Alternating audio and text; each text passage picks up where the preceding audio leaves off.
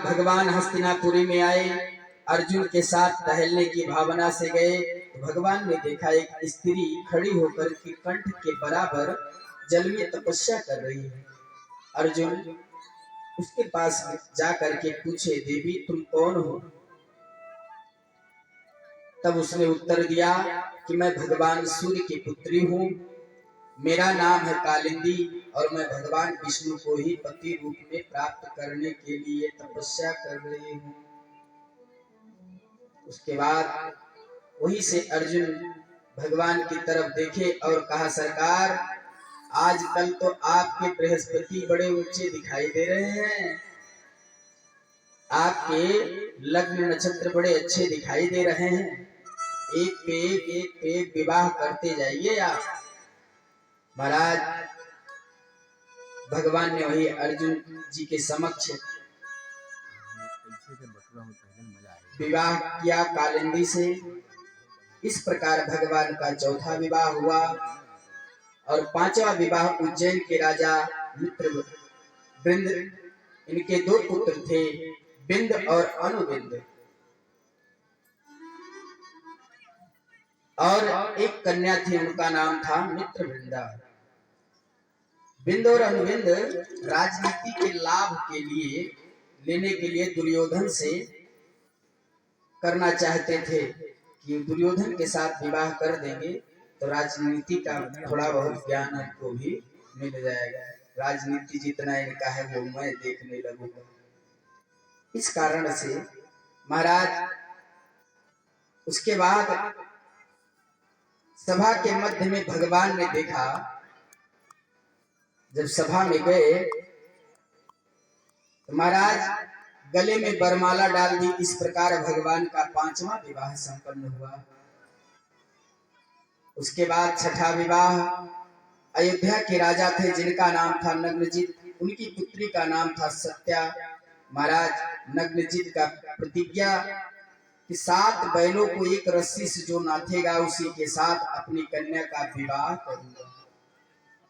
भगवान ने सोचा कि चलो अयोध्या घूम कर आया जाए।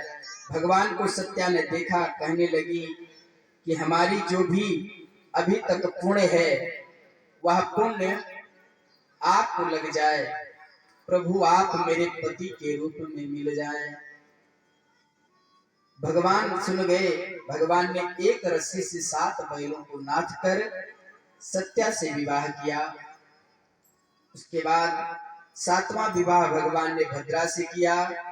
कैकेयी देश की रानी श्रुतकीर्ति वो भगवान को पुत्र के रूप में मानती है और भगवान तो ऐसे पुत्र बन नहीं सकते, लेकिन उन्होंने सोचा कि अगर अपनी पुत्री का विवाह मैं इनके साथ कर दूंगी तो दामाद और पुत्र में कोई भेद नहीं होता। महाराज इसलिए श्रुतकीर्ति जी ने भद्रा के साथ भगवान का विवाह संपन्न हुआ और भगवान का 8वां विवाह लक्ष्मणा जी के साथ हुआ। आचार्य श्री सुखदेव जी कहते हैं, राजन नरकासुर नाम का एक राक्षस था, वह बहुत दुष्ट था। वह जितने भी राजाओं से जीतता था उनकी कन्याओं का अपहरण कर लेता था। भगवान को जब पता चला कि नरकासुर भौमासुर के कैद खाने में 16,100 राजकन्याओं को कैद कर रखा है, तब भगवान उसके पराग ज्योति पर आए और भौमासुर का वध किया। इन 16,100 कन्याओं को मुक्त किया और कहा कि अब आप लोग अपने अपने घर को जाओ। 16,100 कन्याओं ने भगवान के सामने रोने लगी, हाथ जोड़ करके, प्रभु हम लोग कैसे जा सकते हैं, अब तो आप ही हमारे लिए कोई कुछ उपाय बताएं। भगवान ने इन 16,100 राजकुमारियों से विवाह कर लिया। कन्याओं ने कहा, प्रभु अगर मैं अपने घर जाऊंगी तो मैं ना घर की हूँ, घर में भी नहीं जा सकती है, गांव वाले मुझे क्या कहेंगे, ताना दे करके मार डालेंगे, कोई जीने नहीं देगा मुझे। इससे अच्छा है कि मेरा मर जाना ही ठीक है। हमारे प्रभु द्वारिकाधीश 16,100 कन्याओं के साथ विवाह किए। महाराज भगवान की जो रानियां थी उनकी संख्या हो गई 16,108। आचार्य श्री सुखदेव जी कहते हैं राजश्री परीक्षित 16,108 कन्याओं का विवाह भगवान ने किया और सबसे 10-10 पुत्र हुए, एक एक कन्या हुई। अब आप लोग समझदार हैं, गुणा कर लीजिए। एक के 10 पुत्र, एक पुत्री है, उसके बाद जोड़ते चले जाइए। महाराज उसके बाद आचार्य श्री सुखदेव जी कहते हैं राजश्री परीक्षित कहते हैं महाराज आपने सबके विवाह तो बताई 16,108 तो कह दिया संक्षिप्त में, लेकिन भगवान का मुख्य विवाह तो अभी आपने सुनाया ही नहीं। आचार्य श्री सुखदेव जी कहते हैं महाराज आपको अभी हमने केवल 16,108 रानियों के बारे में बताया था। महाराज तो कहने लगे प्रभु मुझे भगवान की वो मुख्य शादी बताएं जिस शादी की महानता है। क्या रुक्मणी मैया की शादी की मंगल शादी बताएं। महाराज कहते हैं द्वारिकापुरी में भगवान बैठे थे और इधर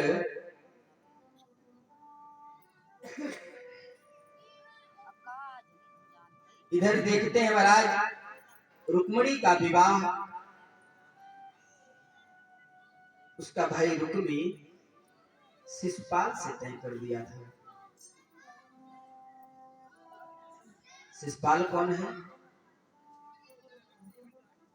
द्वारिकाधीश के बुआ के लड़के हैं।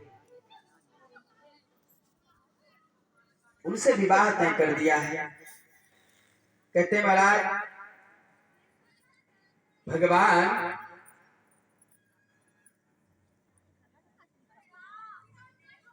द्वारिकापुरी में बैठे हैं और इधर पत्र लिखा